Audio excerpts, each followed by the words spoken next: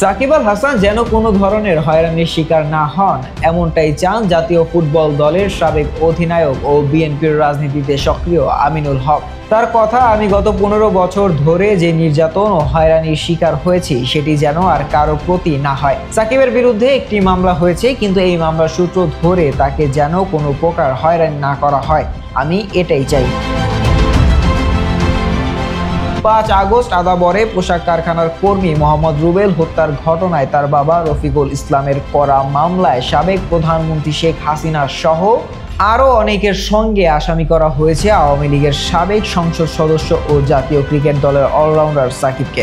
এরপর হত্যা মামলায় আসামি হওয়ায় জাতীয় দল থেকে বাদ দিয়ে মামলার তদন্তের স্বার্থে সাকিবকে দেশে ফিরিয়ে আনতে বিসিবিকে আইনি নোটিশ পাঠান একজন আইনজীবী।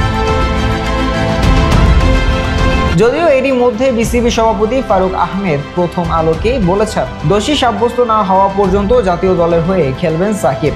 দরকার হলে বিসিবি তাকে সব রকমের আইনি সহায়তাও দেবে। হত্যা মামলা মাথায় নিয়েই সাকিব রাওয়ালপিন্ডিতে পাকিস্তানের বিপক্ষে টেস্ট সিরিজ খেলেছেন। প্রথম টেস্টে বাংলাদেশের 10 উইকেটের ঐতিহাসিক জয়ে বল হাতে পেয়েছেন 4 উইকেট, ব্যাট হাতে করেছেন 15 রান।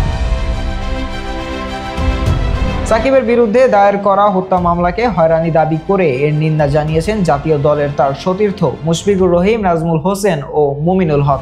মামলাটি নিয়ে কথা বলেছেন অন্তর্বর্তীকালীন সরকারের আইন, বিচার ও সংসদ বিষয়ক উপদেষ্টা আসিফ নজরুলও। তিনিও আশ্বাস দিয়েছেন সাকিবকে গ্রেফতার করা হবে না।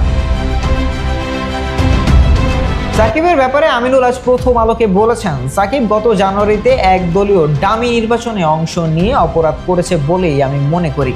সেই নির্বাচনটা ইচ্ছে করলে এড়াতে পারত, নির্বাচন না করলে তাকে হয়তো এত সমালোচনার শিকার হতে হতো না। শুধু সাকিব নয়, মাশরাফি বিন মুর্তজাও জাতীয় দলে খেলা অবস্থায় নির্বাচন করে ভুল করেছেন। নিজের রাজনৈতিক জীবন নিয়ে তার কথা, আমি খেলা থেকে অবসর নিয়েই রাজনীতি করেছি, যেটা সাকিব কিংবা মাশরাফি করেনি। আমি দেশের মানুষের ভোটাধিকার ফিরে পাওয়ার জন্য খুন গুমের বিরুদ্ধে রাজনীতি করেছি, অন্যায়ের সঙ্গে আপোষ করিনি। এর জন্য গত 15 বছর আমাকে বহুবার গ্রেপ্তার ও নির্যাতনের শিকার হতে হয়েছে। আমার বেলায় জাতীয় দলের সাবেক অধিনায়কের পরিচয়টি সামনে আসেনি, এসেছে আমার রাজনৈতিক পরিচয়। রিমান্ডে নিয়ে আমাকে শারীরিক আঘাত করা হয়েছে।